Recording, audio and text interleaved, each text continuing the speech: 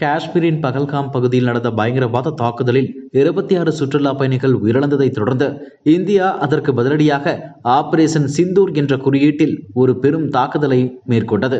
இந்த நடவடிக்கையின் போது பாகிஸ்தானில் இயங்கிய 9 பயங்கரவாத முகாம்கள் குறிவைக்கப்பட்டன. இதில் 3 முக்கிய தீவிரவாத அமைப்புகள் முற்றிலுமாக தகர்க்கப்பட்டுள்ளன.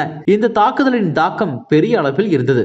மொத்தம் 100க்கும் மேற்பட்ட தீவிரவாதிகள் இந்த தாக்குதலில் உயிரிழந்ததாக மத்திய பாதுகாப்பு அமைச்சர் ராஜ்நாத் சிங் தெரிவித்தார். இதேவேளை இந்த தாக்குதல் தொடரும் என்றும் அவர் தெரிவித்ததன் பின்னர் பாகிஸ்தானுக்கு இது மிகப்பெரிய அடியாக அமைந்துள்ளது. பதிலடி கொடுப்போம் என பாகிஸ்தான் தரப்பில் பேச்சுகள் உள்ள போதிலும் நாட்டில் உள்ள சூழ்நிலை பதற்றமூட்டியுள்ளது.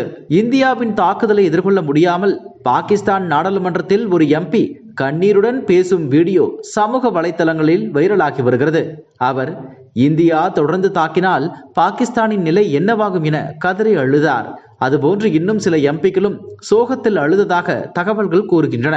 அந்த எம்பி இந்தியாவிடமிருந்து பாகிஸ்தானை அல்லாதான் காப்பாற்ற வேண்டும் என்று கடைசியாக கூறியுள்ளார். தற்போது இந்த வீடியோ வலைத்தளங்களில் வைரலாகி வருகிறது. இதுபோன்ற செய்திகளை மேலும் தெரிந்து கொள்ள எங்களது யூடியூப், ஃபேஸ்புக் மற்றும் ட்விட்டர் ஆப்களை சப்ஸ்கிரைப் செய்யவும்.